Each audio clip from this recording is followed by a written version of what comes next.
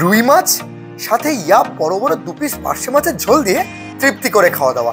সঙ্গে ভেজ আইটেমের মধ্যে শুক্তো, ডাল, আলু ভাজা ও আলু পোস্ত দিয়ে জম্পেশ করে খেলাম। আহা, তৃপ্তির আরেক নাম যেন প্রথমেই বলবো না।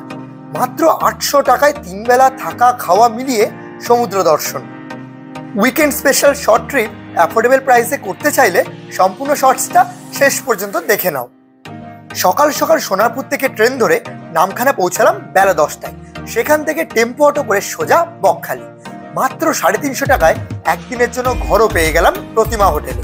দুপুরে ভরপেট খেয়ে সন্ধ্যা সি বিচের সৌন্দর্য উপভোগ করে রুটি, তরকা, ডিম ভাজা ও মিক্সড ভেজ দিয়ে রাতের ডিনার কমপ্লিট করলাম। পরের দিন সকালে বিশুদ্ধ ডাবের জল খেয়ে বিচের সৌন্দর্য উপভোগ করে দুপুরের দিকে ট্রেনে চেপে বাড়ি ফিরে এলাম। ও হ্যাঁ, খরচা বলতে সব মিলিয়ে কিন্তু মাত্র 800 টাকা।